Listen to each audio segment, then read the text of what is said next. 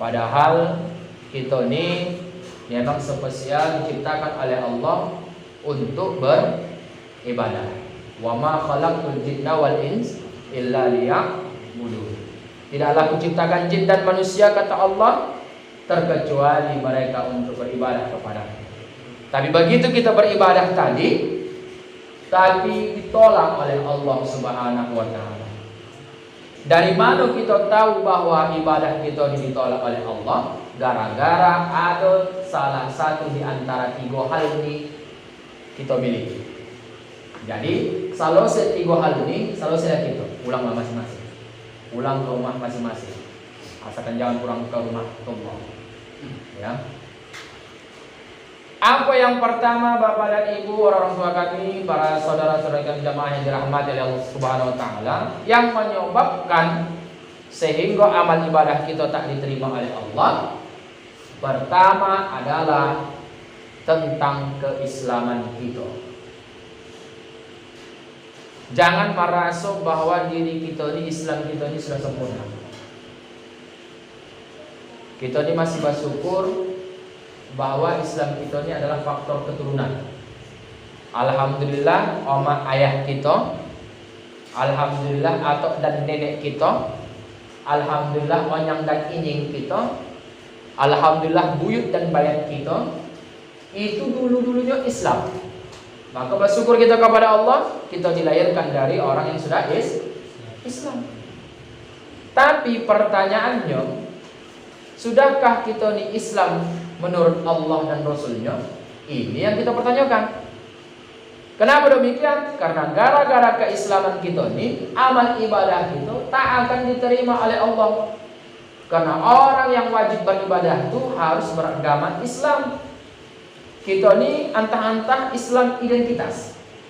Tadi Islam keturunan, mungkin kedua Islam identitas. Contoh, siapa nama? Zainal Sidan Bela.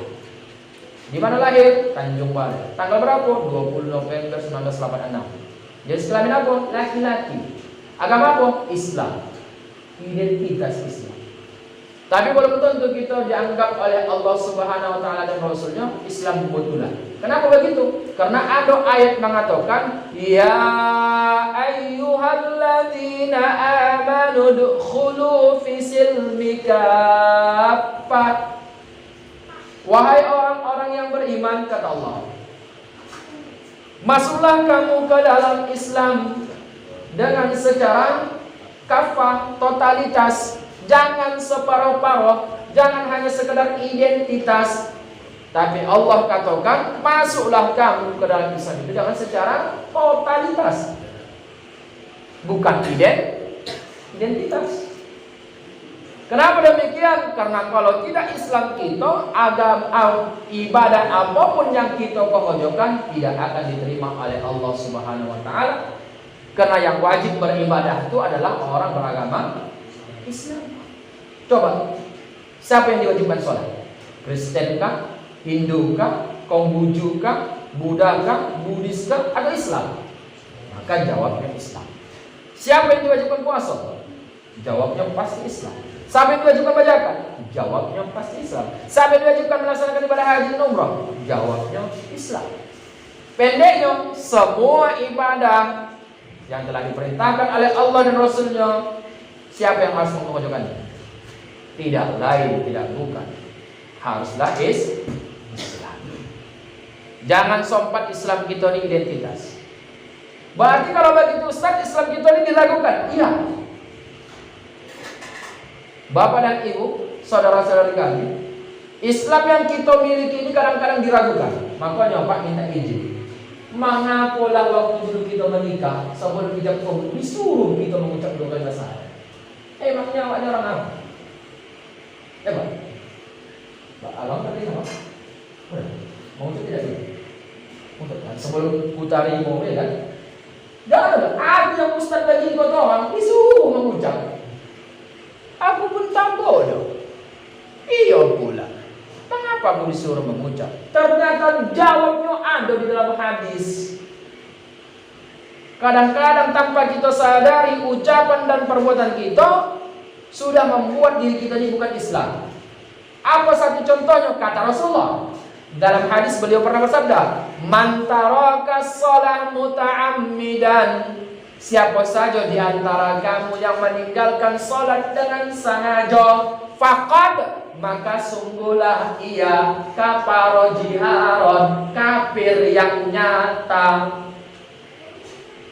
Makanya dalam kajian fikih, kalau ada kawan apa meninggal tapi tahu kita yang menyaksikan, kita kawan dokan yang menyaksikan dia mati sebelum sholat, tak boleh kita ikut menjalankan dia mati ketika dia lagi sholat. Tapi bagi kita tak boleh kita ikut dia menyolatkan. Kenapa? Karena mati, dia mati pasti. Sampai begitu. Makanya dulu nenek-nenek kita atau kita, jangan kau memanjat ayah di atas gang jatuh, kalau jatuh kau mati, kalau udah mati tak sembahyang. Kenapa begitu? Karena matinya orang bunuh diri itu mati pasik. Mati pasik tak boleh disembahyangkan, tak wajib dilaksanakan fardu kifayahnya bagi diri dia yang menyaksikan, bukan bagi orang lain. Itu hukum fikih. Dari mana dasar dalilnya itu? Ada sahabat Rasulullah meninggal, Rasulullah tak ikut menyembahyangkan, Rasulullah tak ikut memandikan, Rasulullah tak ikut mengkafankan, Rasulullah tak ikut menyolatkan, bahkan Rasulullah tak ikut mengantarkan ke pekuburan. Diam sahabat, bertanya-tanya, apa gerangan, kenapa Rasulullah ini tidak mau ikut serta fardu kifayah sahabatnya? Akhirnya sudah dikebumikan, lalu ditanya, ya Rasulullah, mengapa kau tak ikut melaksanakan fardu kifayah sahabat kita ini? Kata Rasulullah, sahabat kita ini meninggal mati bawa utang. Utang saja, tak hendak Rasulullah menjalankan, apalagi tak sembahyang. Itulah dasar dalil. Makanya orang fasik, luar biasa. Walaupun sedikit penumpang utang luar biasa. Betul, sudah banyak tempat ku datangi. Dah. Jadi ada perbuatan bahkan ucapan, maaf, kalau sudah mengatakan aku ni tak enak lagi, tak nyaman lagi dalam Islam, aku keluar, itu sudah murtad betul itu. Tapi kadang-kadang ada ucapan tanpa kita sadari, ucapan itulah yang tentang meragukan keislaman kita. Apa ucapan yang meragukan keislaman kita? Ketika berbicara jelek, ketika berbicara buruk, ketika berbicara kotor, ketika berbicara menyakitkan orang. Kita katakanlah orang macam kambing, napasnya macam nago, ya, badannya besar macam badak, wajah tembok, macam-macam. Tembok namanya apa? Tidak. Jangan mentang-mentang mama ini ustaz ini mentang badan besar, kau tahu ada macam badak. Tidak. Aku pernah menyindir, minta izin itu dulu. Kadang-kadang ucapan kita ini membuat orang tersakiti. Di situ kata Rasulullah, Islammu diragukan. Makanya dilarang kita berbicara kotor, dilarang kita berbicara buruk, dilarang kita berbicara busuk, dilarang kita berbicara yang menjelekkan orang lain, tak boleh. Karena di situ apabila kita lakukan, keislaman kita diragukan. Sebab Rasulullah pernah bersabda, al-muslimu, seorang muslim, artinya orang yang beragama Islam itu, kata Rasulullah, man salima muslimuna min lisani, manakala dia mampu menjaga, menyelamatkan orang-orang yang ada di sekitarnya dari apa yang diucapkan.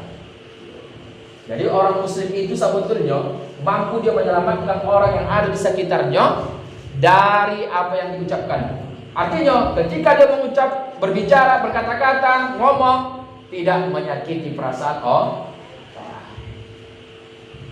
Makanya dalam Al-Quran kita tengok nanti surah Al-A'raf, ya, surah Al-Hujurat, wala tajassasu, dilarang kita mengejek-ngejek, menggelar, bahkan wala busuk, bahkan mengkasih gelar yang buruk. Cocoknya Ustaz, kalau tak dikasih gelar nanti payah nanti. Maksudnya di kampung kami ini namun sucuk tu ada 10. Kebetulan sucuk kawan ini sucuk baling. Kenapa bilang baling? Matanya keo. Pertanyaan, apakah kawan itu ridho dia dikasih gelar seperti itu? Kalau ridho dia, tak masalah. Kita bernama tak ridho. Disitulah sudah diragukan keislaman itu. Karena seorang muslim itu, kata Rasulullah, pandai menjaga apa yang dia ucapkan. Jadi Bapak dan Ibu, orang tua kami yang dirahmati dan dimuliakan oleh Allah, para saudara-saudara kami, amal ibadah kita tak akan diterima oleh Allah manakala keislaman kita sudah diragukan.